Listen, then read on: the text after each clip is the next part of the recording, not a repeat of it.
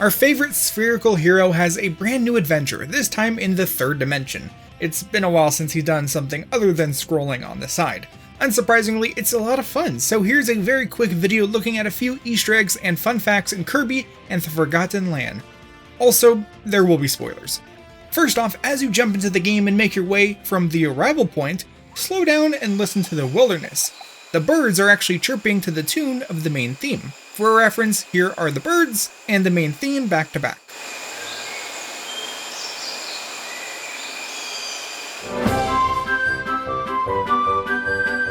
Neato.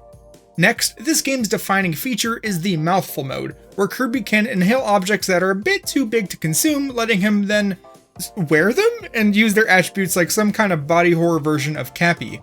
While playing around with mouthful mode for certain objects, you can actually press one of the directions on the D-pad to play a unique emote for that form. As the car, Kirby will do a little dance and Elfilin will fly out to briefly rest on the hood. While ring-shaped, Kirby will do a little twirl, while Kobe will spin on his head. I checked the other various forms like water balloon, stairs, scissor lift, and so on, but I didn't find any other unique emotes. Let me know if there are any. Obviously, rescuing captured Waddle Dees is a big part of this game. As you approach them in their cage, they'll perk up and start waving at Kirby. He's here to save them. If you're a monster, you can walk away, which makes them sad. Another big feature of this game is Waddle Dee Town, which you gradually help rebuild by saving Waddle Dees throughout the game. Before long, the Waddles will actually build Kirby a copy of his house as a home away from home.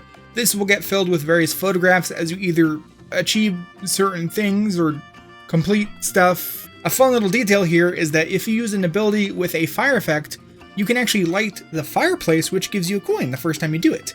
Oh, also, you can actually enter his house through the chimney, which is neat. It's also cool that you can actually run around and wave at the Waddle Dees with the D-pad, and they will wave back. That's one of the many things that Elfilin will tell you if you actually listen to them. Another building that you unlock later on is the Coliseum, where you can refight various bosses. I bring this up because the final battle of the first of 3 tournaments has a detail that I wasn't aware of until I asked for suggestions in a community post. As the Gaming Dorcas pointed out, when you clash with Meta Knight, which is only possible if you are using the sword ability, he will drop his sword, which you can then drop your sword and then pick up his sword to wield Galaxia. This forces Meta Knight to come back with a different sword, which is, I believe, his classic one before he switched using Galaxia that most people know. Back to the town itself, another important building is the post office, aka Waddle Dee Liveries. Great name. It's built after rescuing 50 of the Waddle Dees, and it lets you input present codes found in-game or online to receive gifts in front of your house containing various things like coins, food, and even rare stones. Let's start with the present codes that you can find in-game, and then afterwards I'll show you a chart detailing all of the various rewards you get for each code, and whether or not there happen to be any restrictions for them. Inside the cinema in the corner is the code Kirby Story. On top of the cafe is the code Kirby the Gourmet, and on top of the Coliseum's tent is Brawling Coliseum.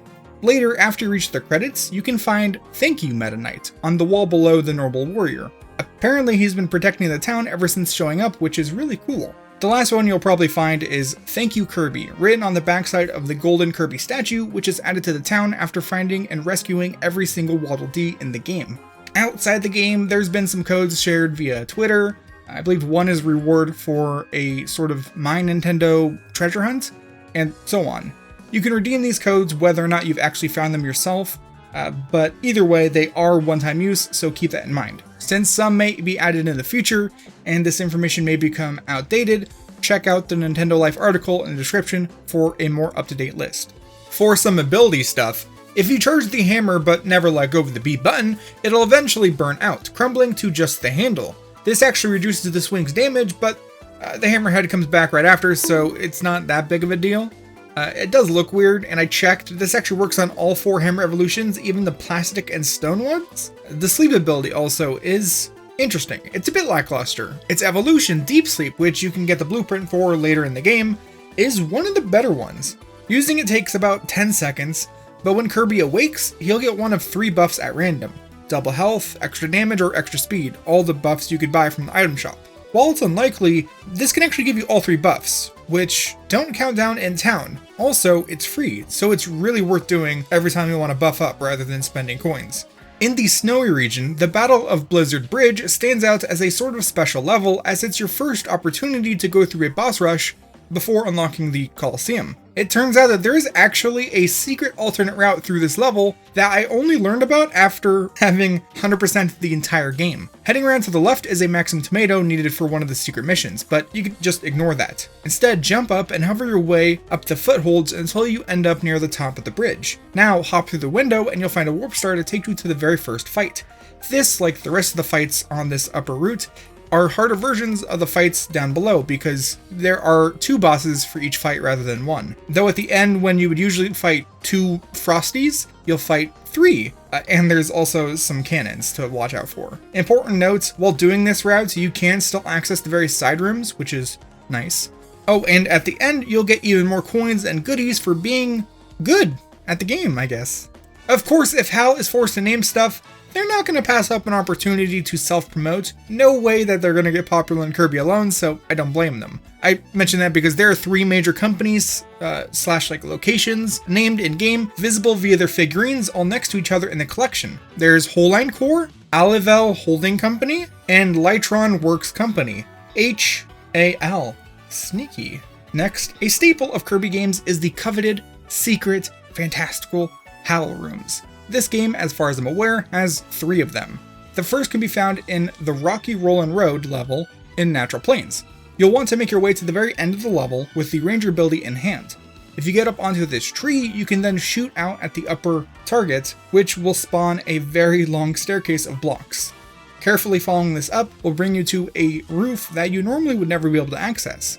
After a fun little slide down the side of the building, you'll see the HAL letters made of star blocks. Classic. The next HAL room is actually inside of a side room that you can find normally in Wonderia Dream Parade. This room is where you would normally grab the car and drive around to the goal real quick. Instead of aiming for 5 seconds, wait around and aim for 86 seconds. This will cause the pawn to rise up from the center with flowers that spell out HAL. I believe the number 86 is used because the Japanese pronunciation of 86 is either this or I think it's shortened to Haru, which sounds like Hal. Here's through Google Translate if that helps at all. 86 Haru. The third and final HAL room is in the Burning Churning Power Plant. For this one, you'll need to start the level and progress forward through the corridor of compactors until you can platform over and around into the control room, which is actually one of the secret missions for this level. From there, exit and backtrack all the way until you get back to the very starting area. There should now be a ladder that can take you up to the HAL room inside of this cylindrical room. I'm saying HAL and room a lot.